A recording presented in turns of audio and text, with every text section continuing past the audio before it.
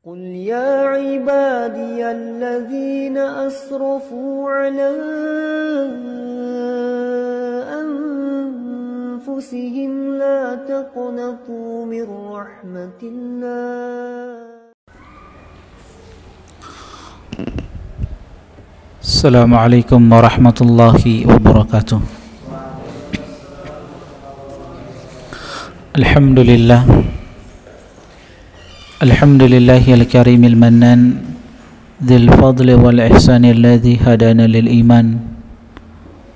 Wassalatu wassalamu ala nabiyyina Muhammadin nabiyil adnan wa ala alihi wa sahbihi wa man tabi'ahum bi ihsanin ila yaumiddin.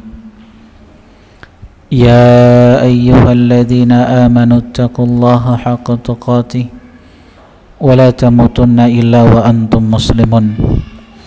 Amma ba'd, wa inna asdaqal hadithi kitabullah wa khairu hadi Muhammadin sallallahu alaihi wasallam wa syarrul umuri muhdatsatuha fa inna kulla muhdatsatin bid'ah wa kulla bid'atin dhalalah wa kulla dhalalatin finnar. Ma'asyiral muslimin, jamaah sekalian, ikhwani wa akhwati fillah, hafizani wa hafizakumullah. Alhamdulillah, kembali kita berkumpul, bertemu di tempat yang penuh berkah untuk sama-sama kita belajar melanjutkan kajian dari pembahasan kitab Fiqh Asma'il Husna, menyelami samudra makna Asma'ul Husna dan tata cara pengamalannya dalam ibadah, karya Syekh Abdul Razak bin Abdul Muhsin Al-Badar hafizahumullahu ta'ala. Teman-teman sekalian, jemaah rahimani wa rahimakumullah, kita telah sebutkan pada pertemuan sebelumnya beberapa poin yang berkaitan dengan keutamaan mempelajari Asma'ul Husna sebagaimana yang disebutkan oleh penulis kitab Profesor Dr. Abdul Razak hafizahullahu ta'ala, di mana tujuan utama seseorang mempelajari Asma'ul Husna, nama-nama Allah Subhanahu wa ta'ala yang indah serta sifat-sifatnya yang mulia, tidak lain kecuali untuk mendorong seorang hamba beribadah kepadanya dengan penuh rasa cinta, harap, bertawakal kepadanya, takut kepada Allah Subhanahu wa ta'ala, mengharapkan rahmat dan ridha Allah Subhanahu wa ta'ala. Jemaah sekalian rahimani wa rahimakumullah, kita akan masuk pada pembahasan tentang pengaruh Asma'ul Husna pada penciptaan manusia dan alam semesta. Antum buka halaman 34.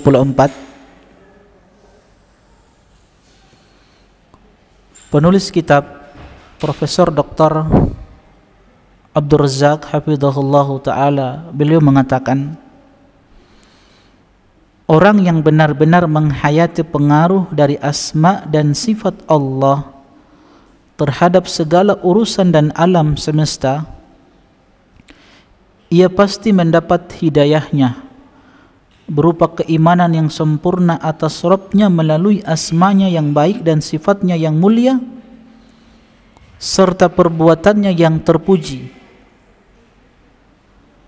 Sesungguhnya dalam tiap penciptaan dan takdir Allah Subhanahu wa ta'ala selalu ada hikmah yang terang dan tanda-tanda kekuasaan Allah Subhanahu wa ta'ala yang memukau serta pemberitahuan kepada seluruh hambanya mengenai asma dan sifat-sifatnya yang mulia.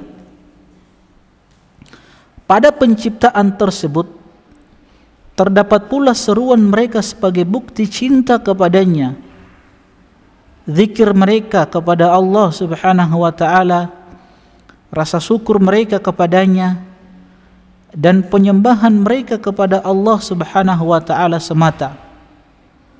Dan semuanya itu diekspresikan dengan Asmaul Husna, nama-nama Allah Subhanahu wa taala yang indah serta sifat-sifatnya yang mulia.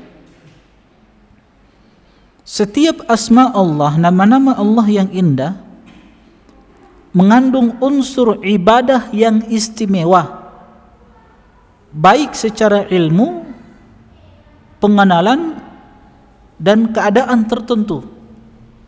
Sekali lagi penulis mengatakan setiap nama-nama Allah yang indah itu mengandung unsur ibadah yang istimewa, baik secara ilmu, pengenalan, dan keadaan tertentu. Telah kita sebutkan pada pertemuan sebelumnya, Allah Subhanahu wa taala telah mengenalkan dirinya di dalam Al-Qur'an, dan begitu pula dikenalkan oleh Nabi-Nya sallallahu alaihi wasallam di dalam hadis-hadisnya. Rasulullah sallallahu alaihi wasallam telah menyebutkan bahasanya Allah Subhanahu wa taala memiliki 99 nama yang indah. Siapa yang menghafalnya, maka dia akan masuk surga. Dan menghafal di sini man ahsaha adalah bagaimana dia menghafal, mempelajari nama-nama Allah Subhanahu wa taala, memaknai nama-nama tersebut, mentadaburinya, serta mengamalkan konsekuensi dari nama-nama tersebut yang indah.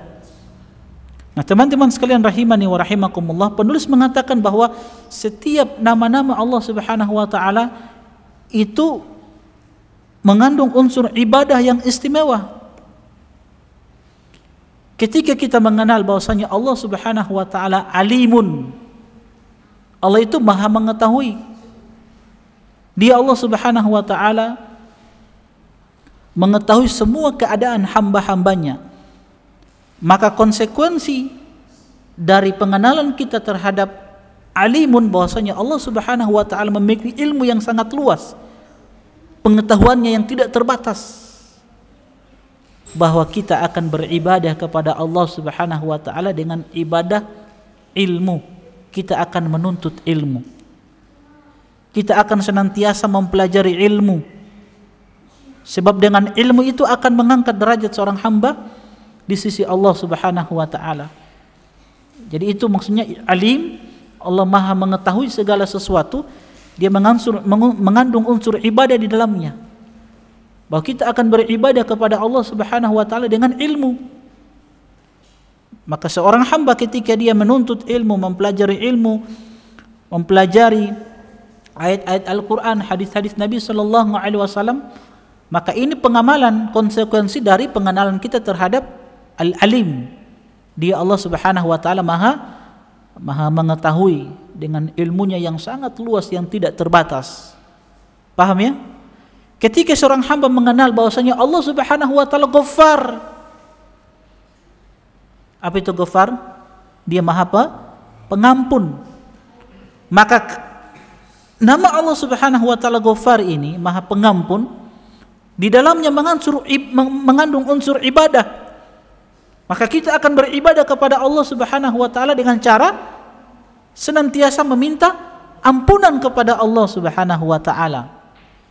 Dengan istighfar kita kepadanya, dengan taubat kita kepadanya, kepada Allah Subhanahu wa taala. Itu maksudnya, setiap nama-nama Allah Subhanahu wa taala mengandung unsur ibadah yang istimewa, baik secara ilmu, pengenalan, dan keadaan tertentu. Tak akan tampak unsur ibadah itu tanpa adanya perenungan dan pengamatan yang mendalam terhadap setiap asmanya dan hal-hal yang menjadi keniscayaannya. Hamba Allah Subhanahu wa taala yang paling sempurna ibadahnya kepada Allah adalah orang yang beribadah dengan menghayati asma dan sifat Allah yang diketahui oleh umat manusia. Makanya kita sampaikan pada pertemuan sebelumnya, teman-teman sekalian rahimani wa rahimakumullah, seorang hamba itu akan merealisasikan tujuan dia diciptakan dalam kehidupan dunia ini, yaitu beribadah kepada Allah dengan sempurna, tidak lain dengan mengenal Allah Subhanahu wa taala melalui nama-nama Allah yang indah serta sifat-sifat Allah yang yang mulia. Semakin dia mengenal Allah dengan nama-namanya yang indah serta sifat-sifatnya yang mulia, maka dia akan semakin bertakwa dan dia akan semakin takut kepada Allah Subhanahu wa taala. Makanya Nabi kita Muhammad sallallahu alaihi wasallam orang yang paling bertakwa, orang yang paling takut kepada Allah Subhanahu wa taala. Kenapa? Karena beliau adalah hamba yang sangat mengenal Allah Subhanahu wa taala. Beribadah melalui salah satu asmanya tidak menghalangi untuk beribadah melalui asma yang lain. Beribadah melalui salah satu asmanya, salah satu dari nama-nama Allah Subhanahu wa taala, itu tidak akan menghalangi untuk beribadah kepada Allah melalui asmanya yang lain. Lihat penulis mengatakan contohnya adalah beribadah melalui asma Allah Al-Qadir. Dia Allah Subhanahu wa taala yang maha kuasa. Tidak menghalangi seorang hamba untuk beribadah melalui asma Allah yang Al-Halim, Maha Lembut, Ar-Rahim, Maha Penyayang. Ketika seorang hamba mengenal Allah Subhanahu wa taala dengan namanya Al-Qadir, dia Allah Subhanahu wa taala Maha Kuasa. Dia Allah Subhanahu wa taala Maha Perkasa. Dia Allah Subhanahu wa taala yang Maha Kuat. Maka seorang hamba akan senantiasa menyadari bahwa dirinya itu lemah, takut kepada Allah Subhanahu wa taala. Sehingga ini tidak akan menghalangi seorang hamba beribadah kepada Allah dengan namanya yang Halim, Maha Lembut. Ketika seorang hamba mengetahui bahwasanya Allah Subhanahu wa taala dia Maha Kuasa, Maha Kuat, dia memberikan siksaan kepada hamba-hambanya yang durhaka, yang melakukan kemaksiatan kepadanya, maka itu tidak akan menghalangi seorang hamba beribadah kepadanya dengan nama Al-Halim. Dia pula Maha Lembut, Maha Penyayang. Artinya Allah Subhanahu wa taala ketika membalas hambanya itu sesuai dengan apa? Dengan perbuatan hambanya. Allah memberikan siksaan yang pedih kepada hambanya karena hambanya yang memang durhaka. Ketika seorang hamba itu kembali kepada Allah, bertobat kepadanya, maka dengan Al-Halim, Maha Lembut, Ar-Rahim ini, Maha Penyayang, Allah Subhanahu wa taala akan memberikan ampunannya kepadanya. Jadi ketika seseorang mengetahui Allah itu Al-Qadir, Maha Kuasa, Maha Kuat, sehingga lahir rasa takut. Nah, rasa takut ini tidak akan membawa pada keputusasaan. Karena dia tahu apa? Ada Al-Halim, Allah Maha Lembut, Ar-Rahim, Maha Penyayang. Paham ya? Jadi rasa takut dia kepada Allah Subhanahu wa taala dengan pengenalan dia melalui nama Allah Al-Qadir, Maha Kuasa, itu tidak akan menghalangi dia untuk beribadah kepada Allah dengan nama Allah Al-Halim, Maha Lembut, Ar-Rahim, Maha Penyayang. Begitu pula ketika seorang hamba mengenal Allah Subhanahu wa taala melalui namanya Ar-Rahim, Maha Penyayang, Al-Halim, Maha Lembut, maka dia tidak akan meremehkan yang namanya dosa dan maksiat. Jangan mentang-mentang dia tahu Allah itu Maha Ar-Rahim, Maha Penyayang, Maha Pengampun, Maha Lembut, kemudian dia melakukan dosa dan maksiat. Atau dia katakan aku punya Rabb, punya Allah yang Maha Pengampun, nanti dia akan ampuni. Ya, kita harus tahu juga bahwasanya Allah itu siksaannya sangat pedih. Nah, itu maksudnya ketika seorang hamba beribadah dengan salah satu nama Allah, itu tidak akan menghalangi seorang hamba beribadah dengan nama Allah yang lain. Contoh yang lain, beribadah melalui asma Allah Al-Mu'ti, Maha Pemberi. Maka ini tidak akan menghalangi seorang hamba untuk beribadah kepada Allah melalui asma Allah Al-Mani', Maha Pencegah. Ketika seorang hamba mengenal dia Allah yang Maha Memberi, semua apa yang kita miliki, dari harta, pangkat, jabatan, rumah, keluarga yang kita sayangi, itu semua pemberian dari Allah Subhanahu wa taala. Ketika seorang hamba meminta kepada Allah Subhanahu wa taala, dan permintaan itu tidak diberikan oleh Allah Subhanahu wa taala, tidak diijabahi, maka dia tidak akan berburuk sangka kepada Allah. Kenapa? Karena dia tahu bahwa Allah Subhanahu wa taala Al-Mani, Maha yang mencegah, yang menghalangi. Dia pula yang tidak memberikan kepada seorang hamba. Tentunya dengan Al-Hakim, dengan hikmah Allah Subhanahu wa taala. Paham ya?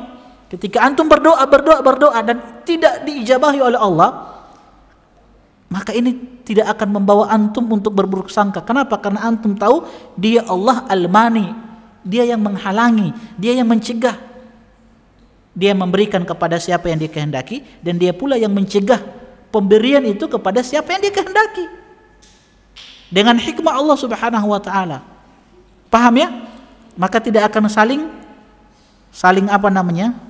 saling kontradiksi antara satu nama dengan nama yang lain. Itu maksudnya kita beribadah kepada Allah Subhanahu wa taala dengan satu nama, itu tidak akan menghalangi kita beribadah kepada Allah dengan nama yang lain. Al-Mu'ti, dia Maha Pemberi. Maka ketika kita meminta kepada Allah Subhanahu wa taala, dan pemberian dan permintaan kita tidak diberikan, diwujudkan oleh Allah Subhanahu wa taala, maka kita tidak akan berburuk sangka, karena kita tahu dia adalah Al-Mani, dia yang mencegah. Dia tidak berikan permintaan kita tentu dengan hikmahnya. Bisa jadi kalau Allah Subhanahu wa taala berikan apa yang kita minta, justru itu yang akan membawa kita kepada kebinasaan. Justru itu yang akan menghancurkan kita, menghancurkan agama kita. Maka dia Al-Mani, dia yang mencegah. Ya, paham ya? Maka ketika Allah tidak memberi apa yang kita minta, kita selalu berbaik sangka kepada Allah Subhanahu wa ta'ala, atau beribadah melalui beberapa asma Allah yang bermakna cinta, kebaikan, kelembutan, kebajikan, tidak menghalangi untuk beribadah melalui asma Allah yang bermakna keadilan, kemuliaan, keagungan, kebesaran, dan asma Allah Subhanahu wa ta'ala yang lainnya yang semakna. Inilah cara yang dilakukan oleh para hamba Allah yang ingin kembali kepadanya. Inilah cara ibadah yang diambil dari Al-Quran melalui firman Allah Subhanahu wa ta'ala, walillahil asma'ul husna fad'uhu biha. Dan dia Allah Subhanahu wa ta'ala yang memiliki asma'ul husna, nama-nama yang indah, nama-nama yang terbaik. Maka bermohonlah kepada Allah dengan menyebut nama-nama tersebut. Kata penulis kitab, Profesor Dr. Abdul Razak hafizahullah ta'ala, lafaz di dalam ayat ini fad'uhu, berdoalah kalian, di dalam ayat tersebut mencakup doa permintaan, pujian, dan juga ibadah. Ketika seorang hamba meminta kepada Allah Subhanahu wa ta'ala dengan nama-nama Allah yang indah, itu hakikatnya teman-teman sekalian, dia memuji Allah dan dia juga beribadah kepada Allah. Jadi apa yang kita minta melalui doa kita, mau diijabahi, itu ibadah. Jadi ketika tidak diijabahi permintaan kita, ya sudah, kita sedang beribadah kepada Allah Subhanahu wa ta'ala. Kita sedang memuji Allah Subhanahu wa ta'ala.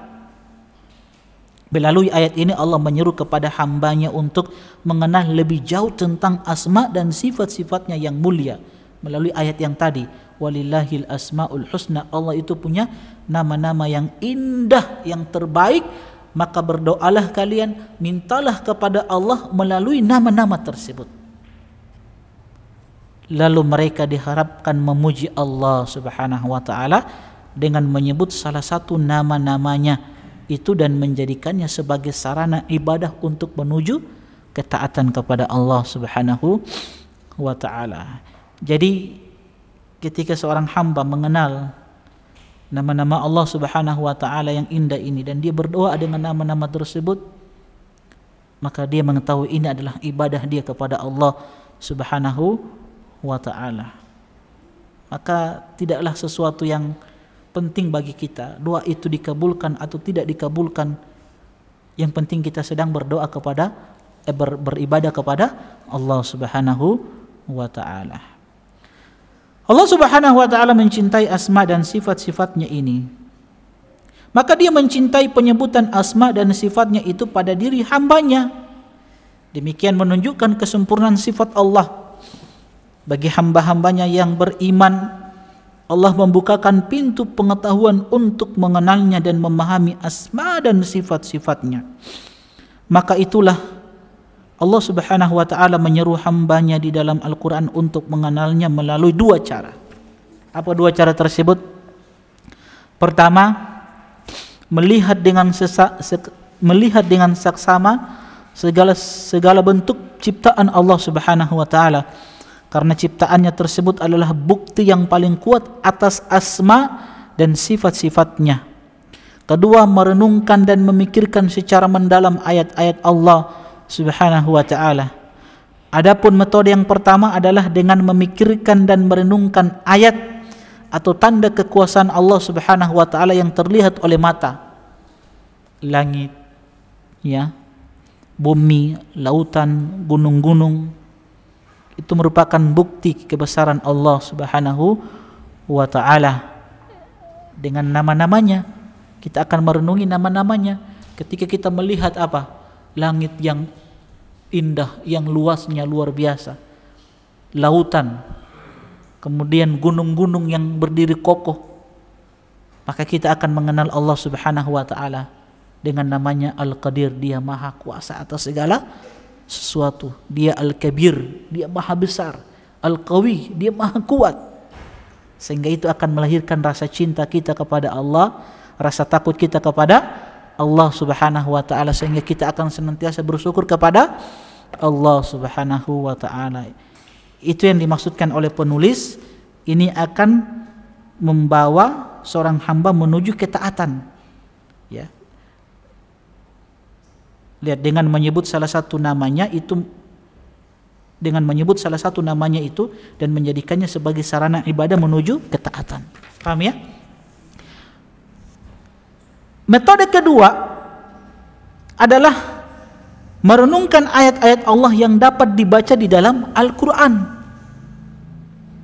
Masing-masing dari metode ini terdiri atas penjelasan yang luas serta mendalam untuk mengenal Rabb Al-Majid dan Al-Hamid, Maha Suci Allah yang telah memperkenalkan zatnya kepada semua makhluk dengan beragam cara pengenalan.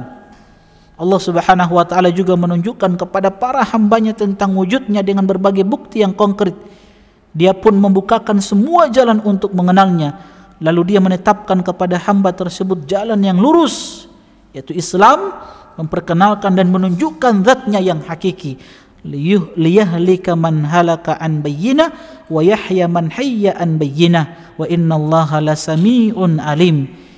Yaitu agar orang yang binasa itu binasa dengan bukti yang nyata, dan agar orang yang hidup itu hidup dengan bukti yang nyata. Sungguh Allah Subhanahu wa ta'ala maha mendengar lagi maha mengetahui. Di sini di ayat yang mulia ini, surat Al-Anfal ayat yang ke-42, Allah Subhanahu wa ta'ala tutup dengan dua namanya yang indah. Apa itu? Sami'un alimun. Dia maha mendengar, dia maha mengetahui.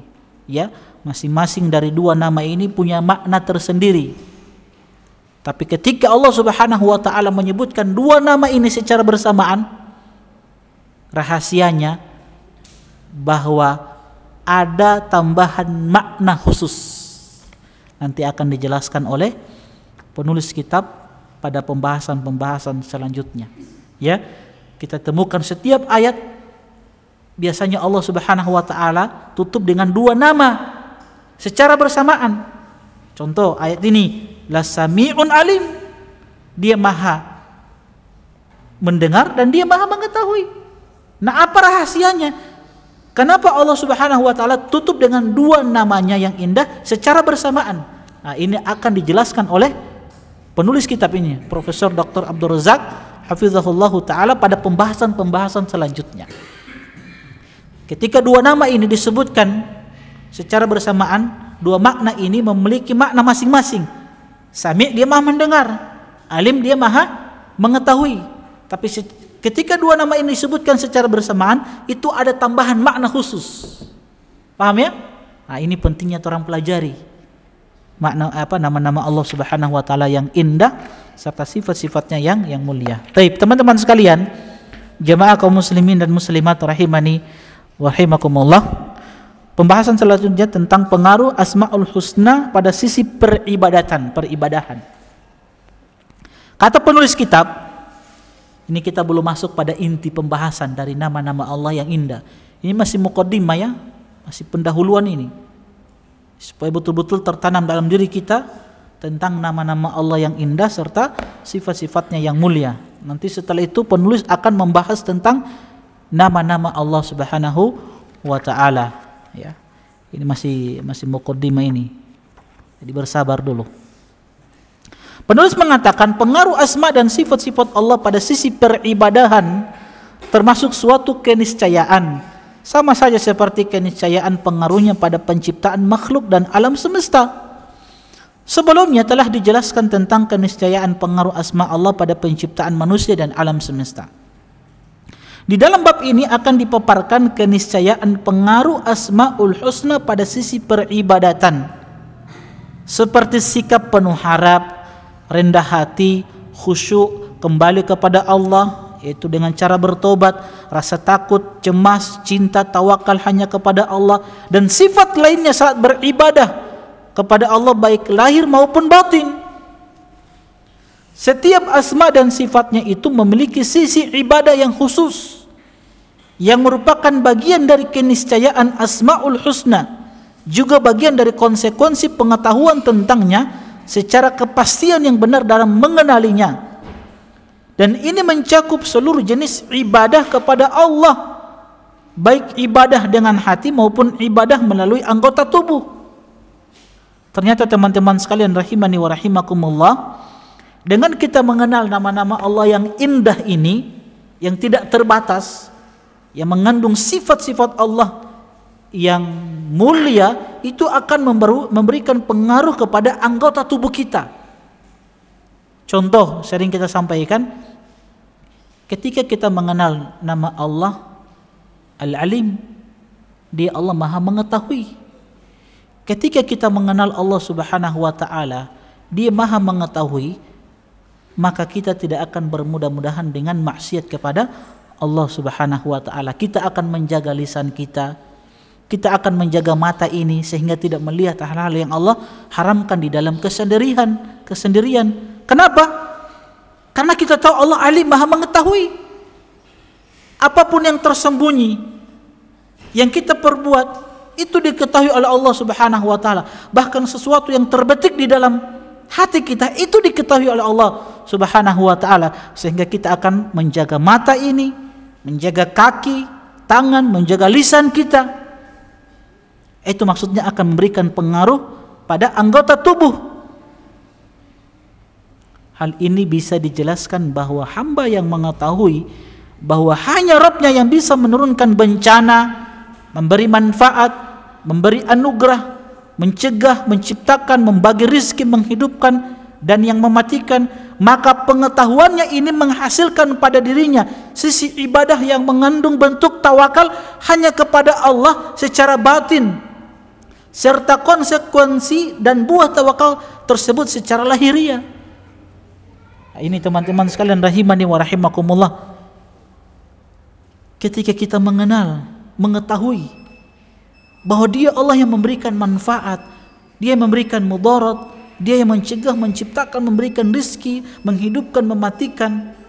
Lihat, pengetahuan ini akan menghasilkan pada diri kita dari sisi ibadah akan mengandung bentuk tawakal kepada Allah. Kita akan senantiasa bertawakal kepada Allah, kita akan senantiasa berharap kepada Allah, kita senantiasa meminta kepada Allah. Kita tidak akan bergantung kepada manusia, sehingga hidup ini akan tenang, hati ini akan tenang. Inilah yang diucapkan oleh Fudail bin Iyad rahimahullahu ta'ala, man arafan nasa istaraha. Siapa yang mengenal hakikat manusia, istirahat, dia akan istirahat, hati dia akan tenang, jiwa dia akan tenang. Kenapa? Karena dia sudah mengenal kondisi manusia. Apa kondisi manusia? Manusia itu lemah. Manusia itu tidak bisa memberikan manfaat, tidak bisa memberikan mudarat kecuali dengan izin Allah Subhanahu wa taala.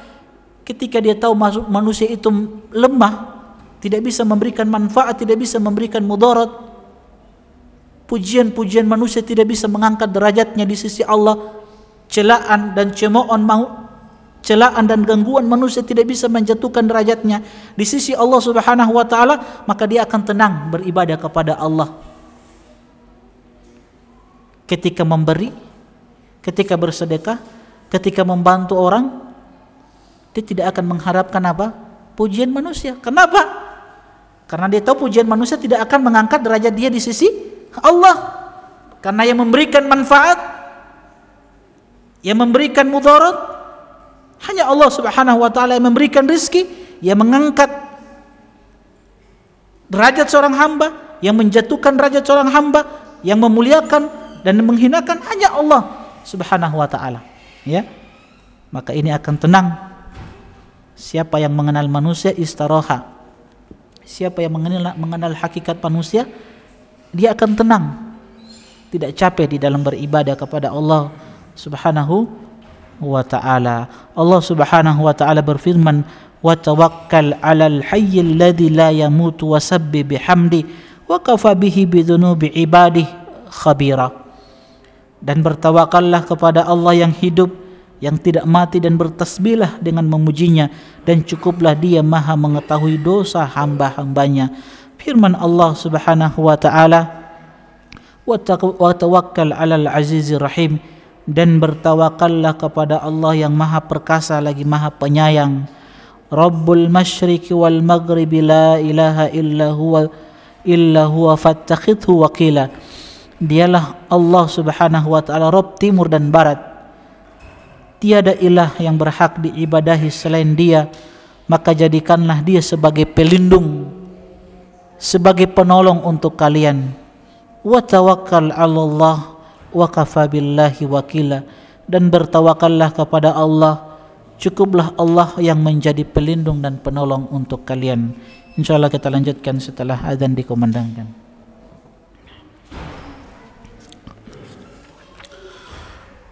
Ma'asyiral muslimin, jamaah sekalian, rahimani wa rahimakumullah.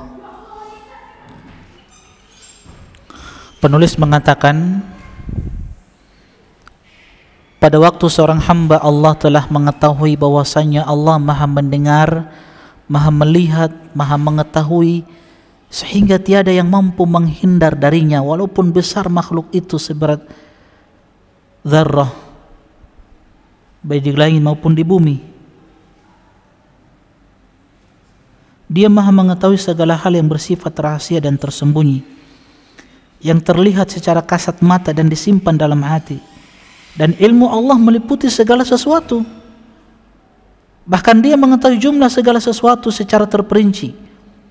Maka siapapun yang benar-benar mengetahui bahwa Allah senantiasa mengawasi, melihat, dan berada di dekatnya, pengetahuannya ini akan menjadikan hamba Allah senantiasa menjaga lisannya, anggota tubuh, keinginan yang terlintas dalam sanubari dari segala perbuatan dan kehendak yang tidak diridhoi oleh Allah. Ini pentingnya Asmaul Husna, memberikan pengaruh kepada anggota tubuh. Dia menjaga lisan, anggota tubuhnya, menjaga matanya, tangannya, telinganya, ya, menjaga kemaluannya, bahkan hal-hal yang terlintas di dalam hatinya, sanubarinya, dari segala perbuatan dan kehendak yang tidak diridhai oleh Allah Subhanahu wa ta'ala. Dapat lihat HP di satu tempat, HP mahal lagi,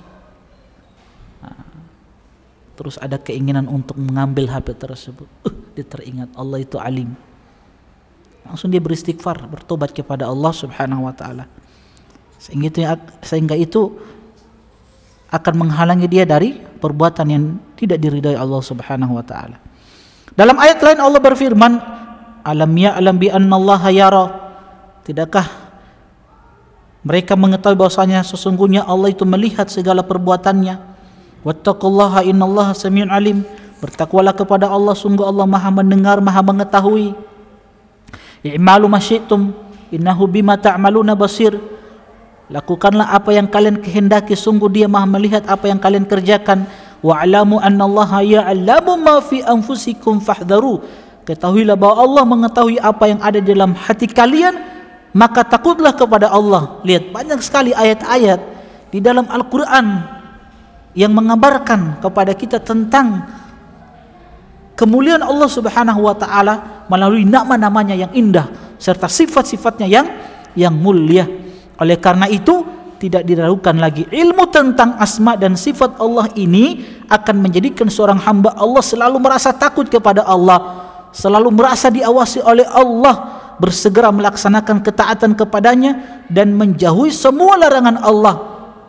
Ibnu Rajab rahimahullahu ta'ala mengungkapkan, menceritakan kepada kita, suatu malam di tempat yang sunyi dan sepi, seorang laki-laki merayu seorang wanita untuk berbuat zina, waliyadzubillah, untuk melakukan sesuatu yang dimurkai oleh Allah. Namun wanita tersebut menolak sang lelaki. Laki-laki tersebut pun berkelit, tak seorang pun yang melihat perbuatan kita.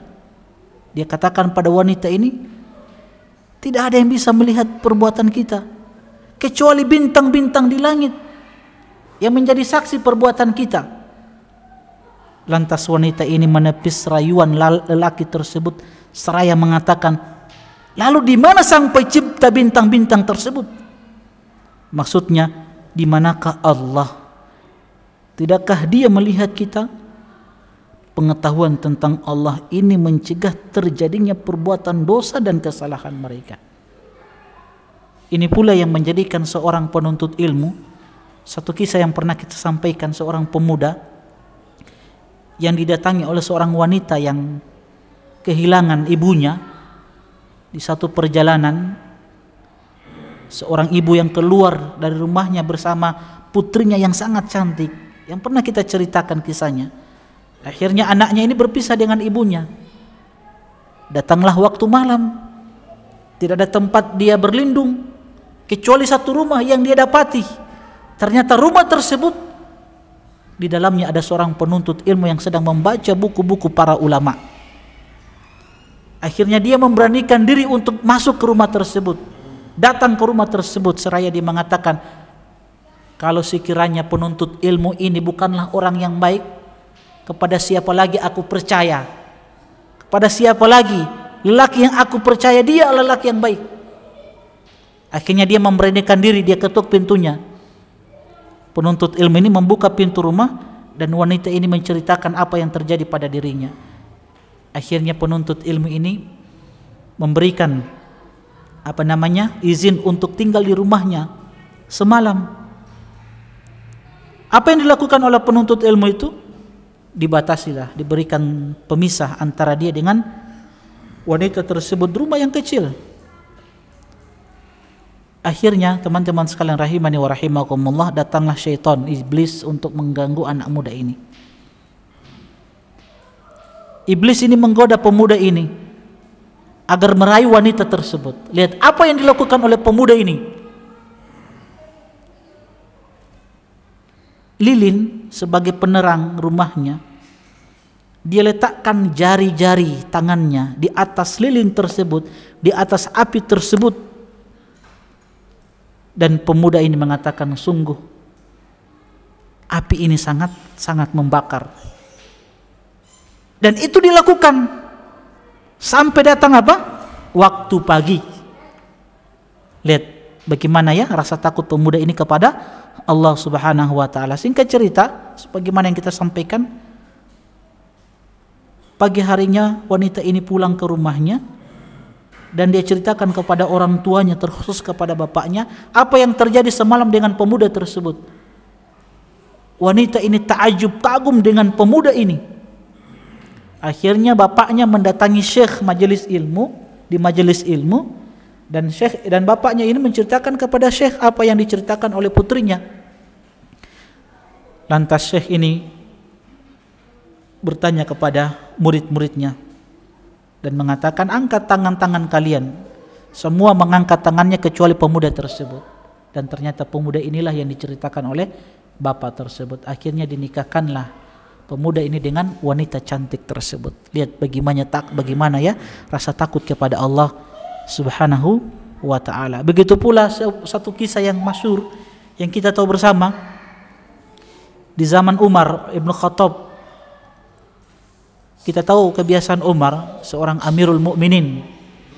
Ya, kalau kita sekarang presiden lah, pimpinan negara. Itu kebiasaan Umar Ibn Khattab ketika beliau menjadi Amirul Mukminin, pimpinan tertinggi. Itu beliau sering apa? Di malam hari sering mendatangi rakyatnya. Ya kalau bahasa kita belusukan. Itu setiap malamnya itu beliau belusukan, Amirul Mukminin, melihat kondisi rakyatnya di malam hari. Akhirnya dalam keadaan capek, beliau beristirahat di satu gubuk. Ternyata di gubuk ini terdengar dialog, diskusi antara seorang ibu dengan anaknya. Yang ternyata mereka ini pemerah susu kambing. Ya, sering terjadi dialog, diskusi. Hasil susu kambing yang diperah oleh mereka ini ternyata cuma sedikit, tidak banyak. Yang mereka harus jual keesokan harinya di pasar. Ya kalau cuma sedikit kan untungnya juga sedikit. Supaya mau banyak ini susu kambing ini, apa yang harus dilakukan? Dikatakan oleh ibunya kepada anaknya wanita ini, kalau begitu susu kambing ini dicampur dengan apa? Dengan air supaya apa? Banyak. Apa kata putrinya kepada ibunya? Wahai ibu, bukankah Amirul Mukminin melarang perbuatan seperti ini? Susu dicampur dengan air? Apa kata ibunya? Amirul Mukminin tidak melihat perbuatan kita. Amirul Mukminin tidak ada di tempat ini. Apa kata putrinya kepada ibunya? Iya, memang Amirul Mukminin Umar Ibn Khattab tidak melihat perbuatan kita, tapi Robnya Umar melihat perbuatan kita. Itu yang membuat ibunya takut. Dan ini didengar oleh Umar Ibn Khattab. Umar Ibn Khattab ketika mendengarkan dialog ini, ucapan dari wanita ini, putrinya ini, Umar itu menangis.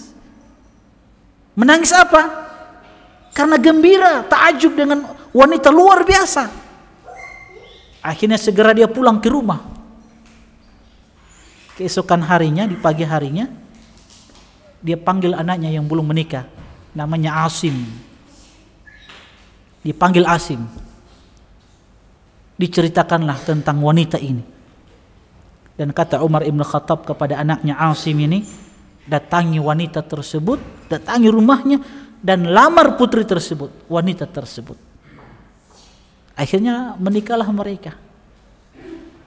Dianugerahi seorang anak yang bernama Laila. Nah, Laila ini yang menikah dengan Abdul Malik bin Marwan, seorang khalifah.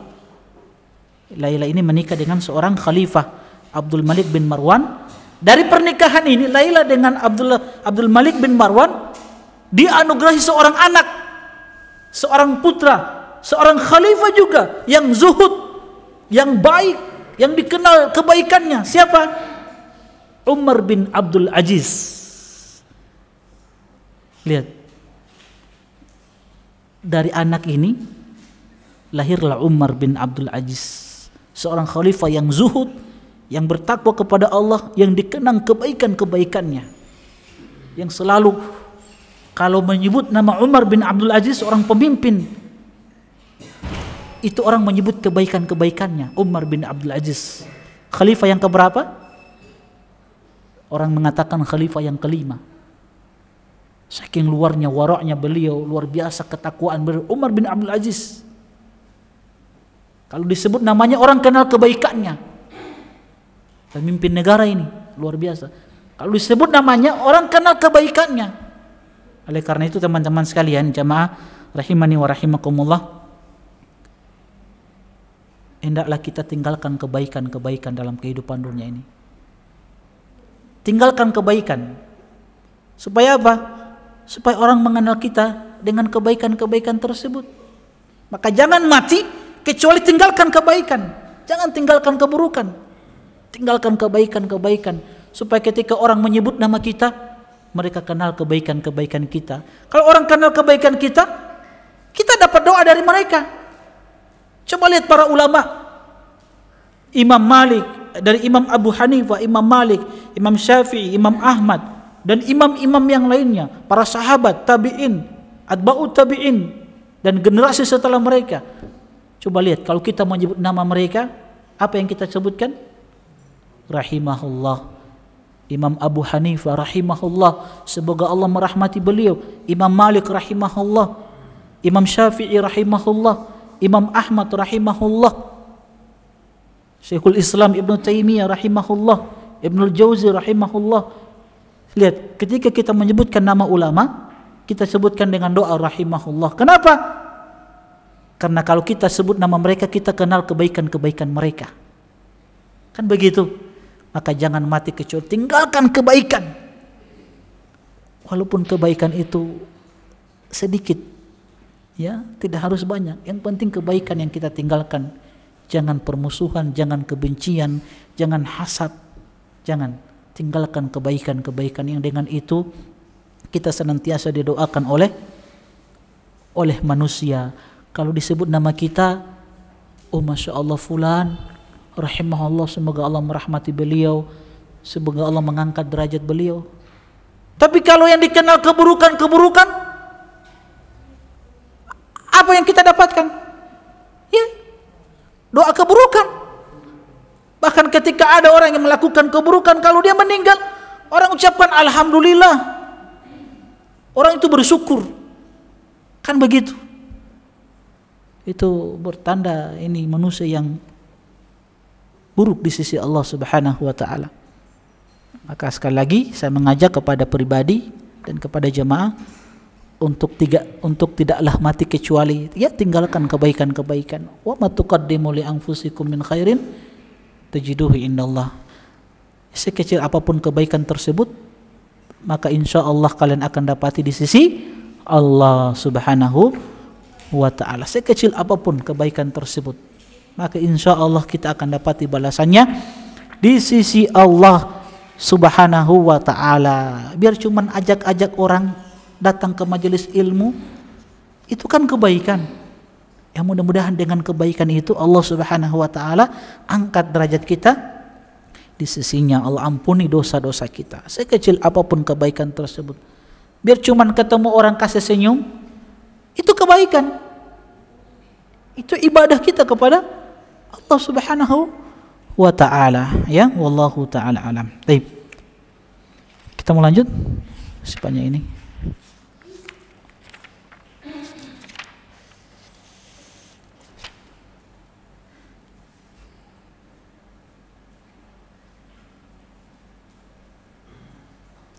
Kita melanjutin atau bagaimana?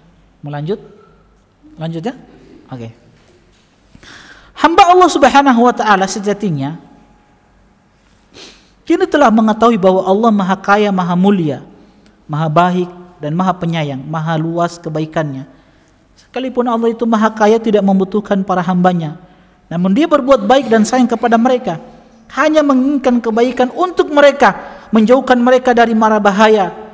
Dia Allah tidak mengambil keuntungan untuknya dari seorang hamba, tidak pula untuk menghindari bahaya, tetapi semata sebagai bentuk kasih sayang Allah Subhanahu wa ta'ala. Jadi teman-teman sekalian jamaah rahimani wa rahimakumullah, kebaikan apapun yang kita lakukan itu tidak akan menambah kemuliaan Allah Subhanahu wa ta'ala, tidak akan menambah keagungan, tidak akan menambah perbendaharaan Allah Subhanahu wa ta'ala, apa yang dimiliki oleh Allah. Sebaliknya, keburukan-keburukan kita, dosa dan maksiat kita, pembangkangan kita, itu tidak akan mengurangi apa yang ada di sisi Allah Subhanahu wa ta'ala. Lantas apa Ustaz?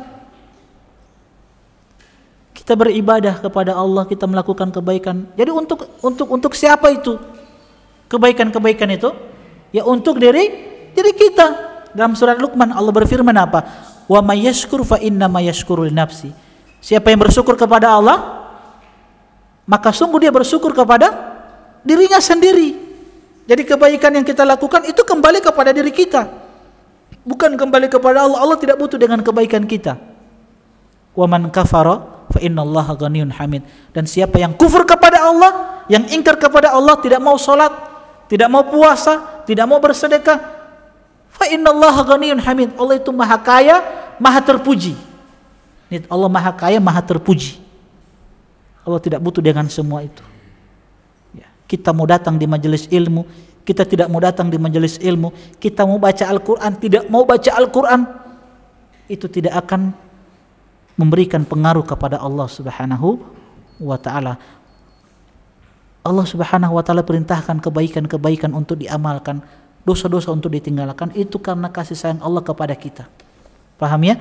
Dan antum bisa lihat dalil-dalilnya dalam surat Az-Zariyat ayat 56, 58, surat Al-Isra ayat yang ke-111. Dan Allah berfirman dalam sebuah hadits qudsi, ya ibadi innakum lan tablughu naf'i fatanfa'uni wa lan tablughu dhurri fatadurruni. Wahai hamba-hambaku, kata Allah dalam hadits qudsi, sesungguhnya kalian tidak bisa memberikan manfaat kepadaku dengan ibadah-ibadah kalian, dengan ketaatan kalian, itu tidak akan memberikan manfaat kepadaku, kata Allah. Sebaliknya, dosa dan maksiat kalian, keburukan kalian itu tidak bisa memberikan mudarat kepadaku, kata Allah Subhanahu wa ta'ala. Jadi ketika hamba Allah telah menyadari semua ini, maka dalam jiwanya akan muncullah kekuatan pengharapan kepada Allah semata, dan dia hanya menginginkan apa yang ada di sisinya, meminta semua kebutuhannya hanya kepada Allah, dan menunjukkan bahwa dirinya selalu membutuhkan Allah Subhanahu wa ta'ala. Dia tahu firman Allah, ya ayuhan nas antumul fuqara'u ilallah wallahu huwal ghaniyyul hamid. Wahai sekalian manusia, kalian itu fakir, kalian itu miskin, kalian itu butuh kepada Allah. Wallahu huwal ghaniyyul hamid. Dan dia Allah Subhanahu wa ta'ala maha kaya, maha terpuji. Wallahu ta'ala alam. Semoga Allah Subhanahu wa ta'ala senantiasa memberikan keistiqomahan kepada kita untuk senantiasa mengenal dirinya melalui nama-nama Allah Subhanahu wa ta'ala yang indah serta sifat-sifatnya yang mulia. Dan semoga apa yang kita pelajari dari nama-nama Allah yang indah ini serta sifat-sifat Allah yang mulia ini memberikan pengaruh di dalam kehidupan kita, memberikan pengaruh di dalam anggota tubuh kita, sehingga kita menjadi hamba-hamba yang dirahmati dan diridhai oleh Allah Subhanahu wa ta'ala. Subhanakallahumma bihamdik, asyhadu an la ilaha illa anta, astaghfiruka wa atubu ilaik. Assalamualaikum warahmatullahi wabarakatuh.